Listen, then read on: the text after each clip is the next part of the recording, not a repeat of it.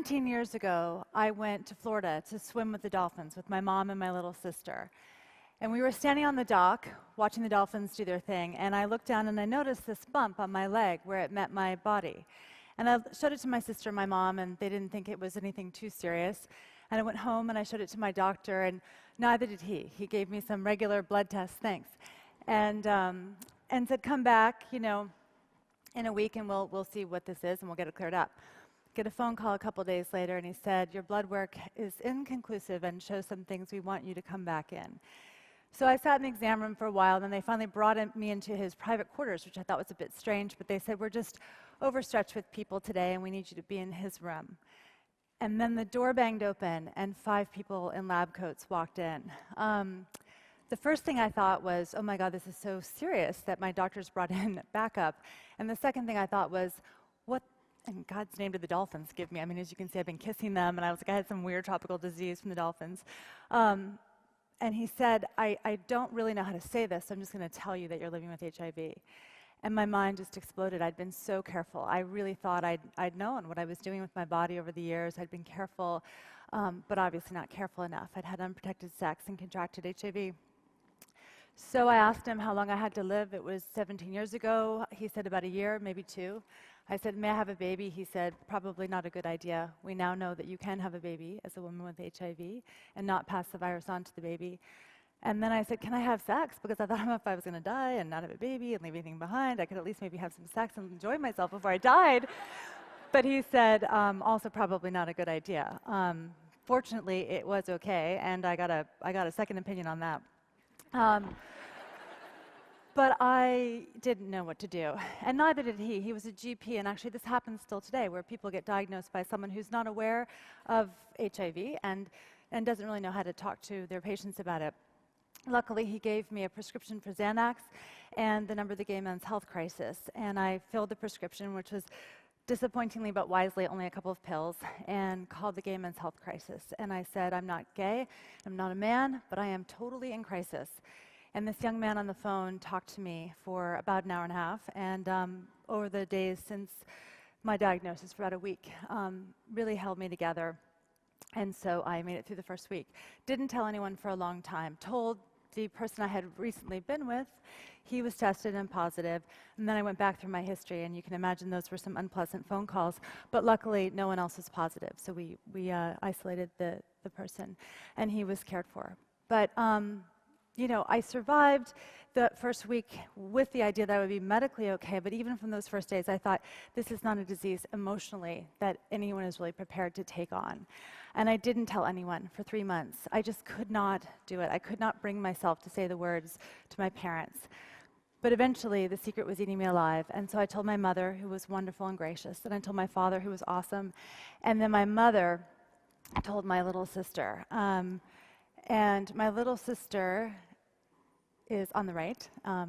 And I met her at the train station. We're best friends. And I could see as she came off the train all the way down the platform that she had already been told. I could see it in her face. And she said to me, as soon as we were close, we're going to kick this thing's ass. You're going to survive this. And we went into Burger King, and we, as we always did at the train station, and we made this, our lake of ketchup. We used to mix ketchup and barbecue sauce and, share that together in between us.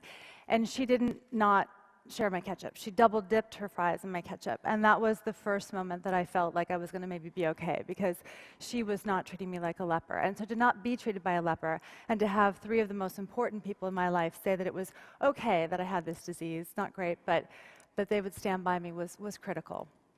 So I was medically okay, and the drugs really do work. It was at the time when new drugs were just being released. We weren't really sure what the long-term side effects would be. We didn't really know whether they would work long-term. We now know that treatment doubles as prevention in people who adhere to the drugs properly, and your viral load can be completely suppressed, so that actually you're not infectious. I mean, you are technically still living with HIV. You do need to take precautions, but it's like being on antibiotics when you have the flu. People around you feel a little bit safer.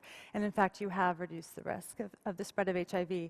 So I was medically okay, but not emotionally. And the stigma was crushing. And I thought, well, how can I I don't want to put this level of shame on myself, and I don't want to wear the shame that some in society would have me wear. So how can I change my mind? How can I see this differently? So I started with the fact that, what had I done? So I'd had unprotected sex, which is something literally that all of our mothers did, right? So, I mean, you know, somewhere along the line, I don't know, does this keep going forward? Oh, this is me. Hold on. There. Somewhere along the line, everyone's mother had unprotected sex. So if I did something truly terrible, then everyone's mom was in the same boat. The other thing I realized was that HIV really is just a virus. It's a beautiful, beautiful virus in terms of how it works. I went to my doctor and asked him to show it to me. I said, I want to know what this uninvited house guest looks like in my home. And I came to appreciate its beauty and understand it was just trying to live like I am. I mean, it was just doing what all living creatures do. But more importantly, it was a virus, nothing more, nothing less. I had had unprotected sex, and a virus happened to be present. Someone else had unprotected sex. The virus didn't happen to be present. That doesn't make me a terrible person. It makes me a biologically unlucky one. And that's an important distinction. And then I thought about, well, what if we didn't get HIV sexually? What if you could like inhale it and just sniff it in and you could get HIV? Would it be different? Yes, because we associate HIV with sex and sexuality, which for some people is an uncomfortable topic. In a world where we're often driven by sex, thinking about sex, it's all around us, we still haven't gotten that comfortable talking about sex. And so I think it's the association with sex and sexuality that makes people uncomfortable about HIV. When I talk to school children, I often say, you know, this is a disease of my immune system. Sexual transmission is one way you can get HIV, but it's not the only way. And it's really my immune system that is not well.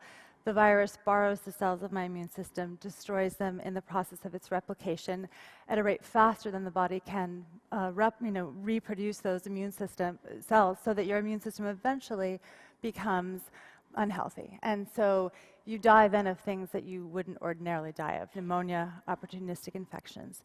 If you can keep your immune system strong, which the medications do, you're perfectly healthy and normal, and you have a very strong immune system. So it's just a virus. It's got a medical solution. We have tools that can really keep people alive with HIV, but there's this thing called stigma that is just devastating. When someone gets cancer, they get flowers. When someone has breast cancer, you know, they have a whole support system, but for HIV it's different. You can get stigmatized, ostracized, discriminated against, criminalized, even killed in some countries, in some places. So after 10 years of not dying, but living in silence and not telling even a single friend, because I was so afraid of the shame that I might feel, I decided to work as a journalist behind the scenes. I worked for a magazine called Pause, anonymously. Eventually, I decided that, I'm going to come back to that. This motto, silence equals death, and this is a piece of art from Grand Fury, which was the clarion call of ACT UP in New York in the early days, remained true. If we don't talk about this, if we don't tell people how not to get it, if we don't tell people that the drugs can save your life, they will continue to die. They will continue to get the disease unnecessarily. So finally, I found the courage to come forward and actually come out from being anonymous, and was on the cover of Pause magazine and became its editor. And then I've worked since that time, and now have the good fortune to work at UNAIDS, a UN agency focused on ending AIDS worldwide. So I came forward and did my own brand of speaking out. What has happened to me in terms of my own personal health is that I now am no longer harboring that shame, and the people around me who I meet who are in the same position who haven't spoken out, it just takes one person. For me, it was the people who I saw who came before me that helped me. And it was, in my case, a group of young gay men in a support group. There were no support groups for straight women, so I just said, can I glom on? And they said, sure.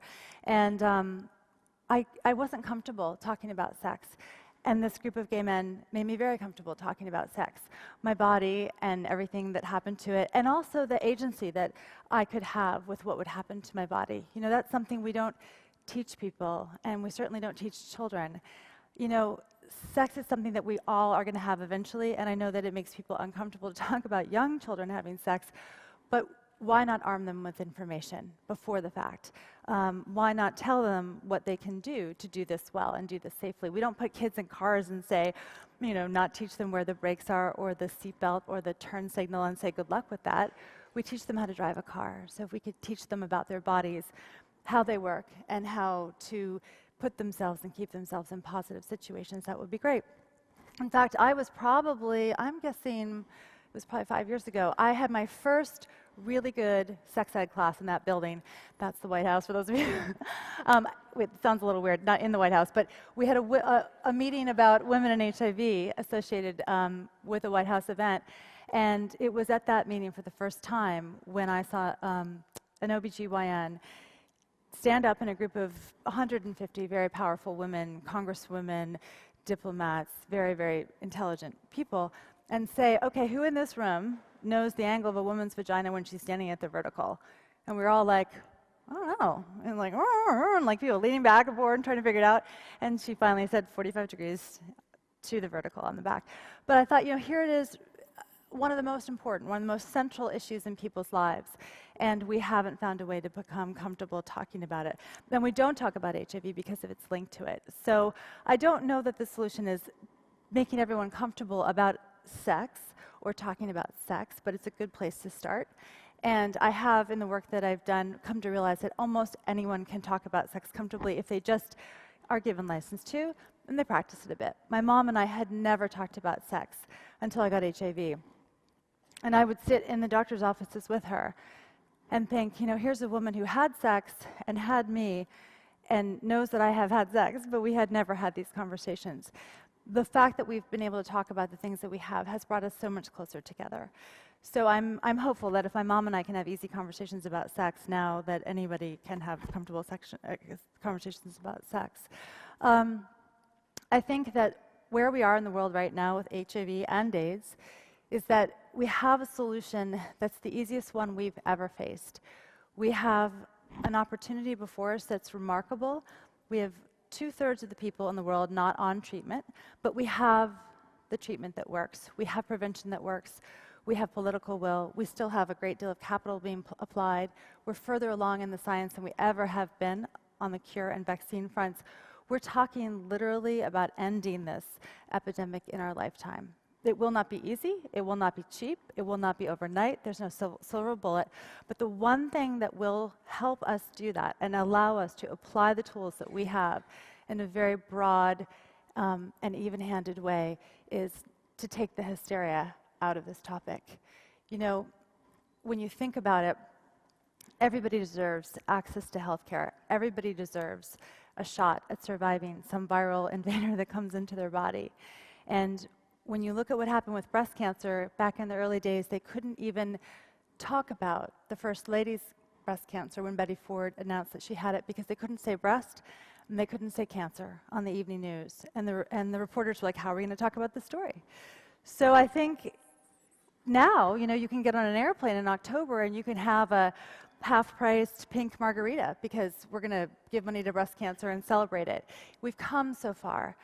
I don't see why we cannot come to the place in the world where we can be on an airplane and get a half-priced Bloody Mary for AIDS. I just feel like we can get there. And all it takes is opening up our minds, rethinking the way that we've thought about this, and realizing that people who are living with HIV, like myself, are not bad people, but they're pretty good people with a really bad disease.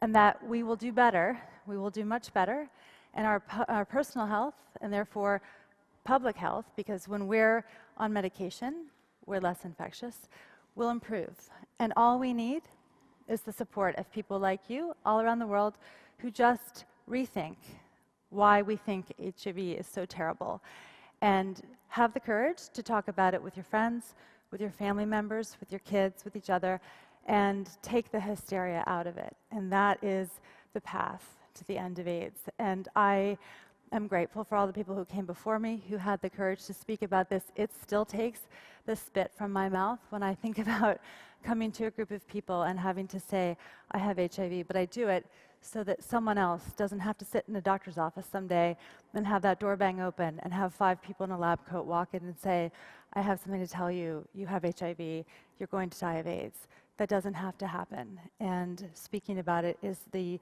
key to ending it. So thank you very much. Thank you.